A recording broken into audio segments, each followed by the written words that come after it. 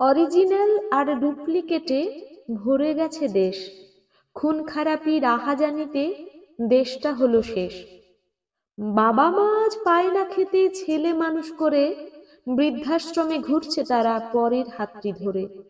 শিক্ষার আজ কি হাল হলো এই দেশেরই মাঝে, বিভ্রান্তি তৈরি হচ্ছে দেখি সকাল সাঁঝে।